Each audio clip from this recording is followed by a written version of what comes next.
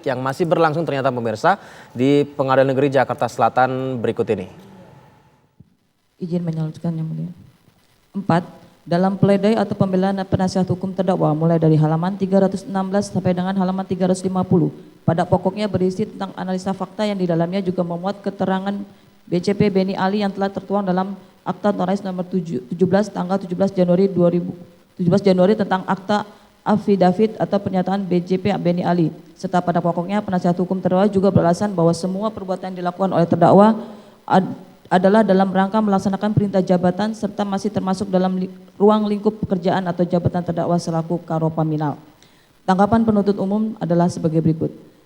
Terkait dengan analisa fakta secara umum tidak akan penuntut umum tanggapi karena sudah termuat dalam surat tuntutan penuntut umum yang sudah dibacakan pada persidangan sebelumnya.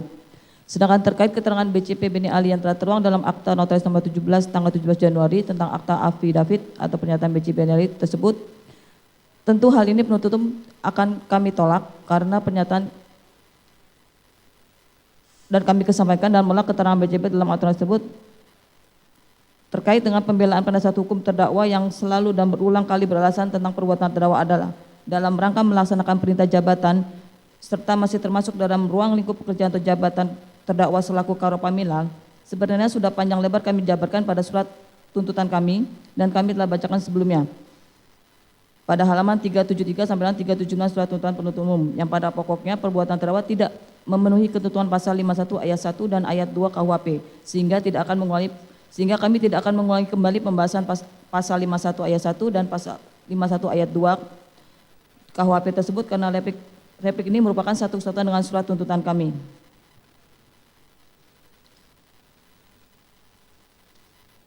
Namun pada kesempatan kali ini kami hanya akan membahas hal-hal yang baru kami temukan berdasarkan atas pembelaan atau pledoi penasihat hukum, yaitu sebagai berikut. A. Dalam pembelaannya, penasihat hukum terdakwa selalu beralasan bahwa perbuatan terdakwa termasuk ke dalam ruang lingkup pekerjaan atau jabatan terdakwa selaku Karopaminal sesuai dengan Perkadif nomor 1 tahun 2015 tentang SOP penyelidikan pengamanan internal di lingkungan Kepolisian Republik Indonesia. Jika dilihat lagi pada Perkadif nomor 1 tahun 2015 tersebut yang menjadi dasar diterbitkan surat perintah penyelidikan adalah pasal 5. 1.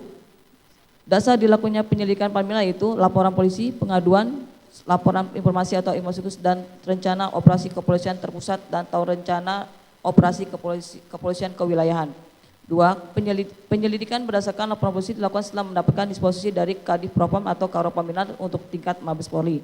Berdasarkan pasal 5 Perkadif nomor 1 tahun 2015 tersebut, maka terdapat dasar untuk diterbitkannya surat perintah penyelidikan Paminal yaitu harus ada dilakukannya penyelidikan baru kemudian ada disposisi dari Kadif Propam atau Karopaminal. Selama proses persidangan, penasihat hukum terdakwa tidak dapat menunjukkan ke depan persidangan apa yang menjadi dasar penyelidikan dan surat disposisi dari Kadif Propam atau Karopaminal sehingga terbitlah surat perintah penyelidikan. Oleh karena hal tersebut, penuntut umum dan memohon kepada majelis hakim untuk menolak dan mengesampingkan surat perintah penyidikan tersebut. B. Masih berdasarkan Perkadif nomor 1 tahun 2015 dijelaskan pada pasal 8 bahwa anggota Polri pemegang fungsi penyidikan dalam melaksanakan tugas penyelidikan berwenang dalam salah satunya yaitu melaksanakan perekaman audio dan audio visual terhadap seseorang, sesuatu benda atau barang material, kegiatan dan paket untuk kepentingan penyelidikan sesuai dengan ketentuan peraturan perundang-undangan. Pasal 8 tersebut jelas mengatur bahwa kewenangan penyelidikan Paminal adalah melaksanakan perekaman, bukan mengambil atau mengganti dengan yang baru terkait dengan benda atau barang yang berhubungan dengan audio visual. Dan ini juga bersesuaian dengan keterangan saksi Agus Nurpatria di depan persidangan di bawah sumpah yang pada pokoknya mengatakan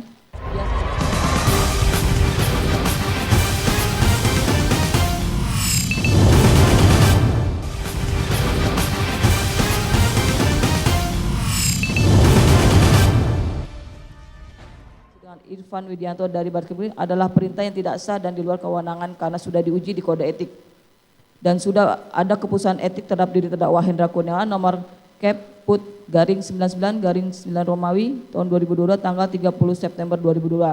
Walaupun terdakwa melakukan upaya banding terhadap putusan etik tersebut, namun setidaknya sudah ada putusan etik terkait diri terdakwa Hendra Kurniawan.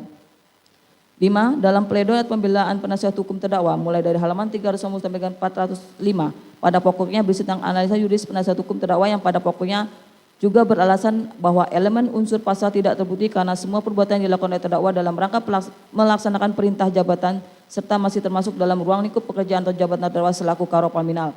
Oleh karena terkait dengan bantahan alasan tersebut telah penuntut umum bahas pada bahasan nomor 4 di atas dan juga analisa juris oleh penuntut umum pada surat tuntutan sehingga penuntut tidak akan melanjutnya lagi. Majelis Hakim yang terhormat, penasihat hukum yang kami dan hadirin yang kami muliakan. Setelah kami membaca dan mencermati alat-alat bukti dan barang bukti yang diuraikan oleh penasihat hukum terdakwa, ternyata tidak ada yang bersesuaian dengan fakta persidangan dan adanya kelurian penasihat hukum terdakwa dalam menilai fakta hukum atas pembuktian unsur-unsur tidak benar sebagaimana telah kami uraikan di atas. Maka menjadi dasar bagi kami meminta kepada majelis hakim untuk menolak seluruh pertimbangan-pertimbangan dalam analisa yuris yang telah dibuat dan disusun oleh penasihat hukum terdakwa tersebut. Sehingga setelah memberikan kesimpulan yang tidak benar dan keliru dalam menyatakan terdakwa tidak terbukti serasa dan menyatakan bersalah melakukan tindak pidana yang sebagaimana kami dakwakan. Atas pertimbangan tersebut, maka kami mohon kepada majelis hakim dalam putusannya agar tetap berkeyakinan mengambil seluruh pertimbangan hukum yang telah kami gunakan dalam menyusun analisa juridis yang telah kami buat dan kami tuangkan dalam surat tuntutan sebagai dasar yang kuat untuk menyatakan terdakwa Hendra Kurniawan SK terbukti secara sah dan meyakinkan bersalah melakukan perbuatan sebagaimana telah kami dakwaan dan buktikan dalam persidangan perkara Akuo. Berdasarkan uraian tersebut di atas, menurut hemat kami, perbuatan terdakwa telah terbukti secara sah dan meyakinkan bersalah melakukan tindak pidana turut serta melakukan perbuatan dengan sengaja dan tanpa hak dalam melawan hukum, melakukan tindakan apapun yang berakibat terganggunya sistem elektronik dan atau mengakibatkan sistem elektronik menjadi tidak bekerja sebagaimana mestinya, sebagaimana masuk di dalam pasal 49 Junto pasal 33 Undang-Undang Nomor 19 Tahun 2012 tentang perubahan atas Undang-Undang Nomor 11 Tahun 2012 tentang informasi dan transaksi elektronik, Junto pasal 55 ayat 1 ke 1 KUHP, serta surat tuntutan yang telah kami bacakan pada persidangan hari Jumat tanggal 27 Juni 2003 yang pada prinsipnya kami selaku jasa penuntut umum tetap pada tuntutan kami tersebut.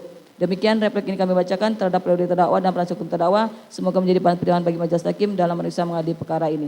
Terima kasih. Salam. Jakarta 6 Februari 2020.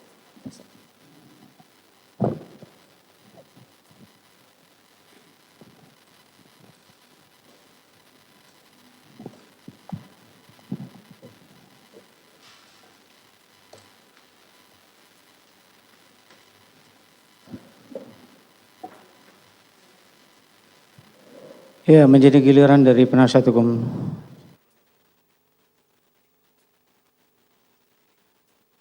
Tadi di tanggal 9 Februari 2023 dari Kamis. Itu ya. Ada yang mau disampaikan? Sama, nanti seperti juga Agus. Baik majelis, Tolong nanti kami akan dikirimkan, komunikasi. ya. Siap. Repliknya kepada penasihat hukum terdakwa. Gitu ya. Ada yang mau disampaikan dari penuntut umum? Cukup majelis. Dari terdakwa? Cukup ya? Cukup. Baik, sidang dinyatakan ditutup.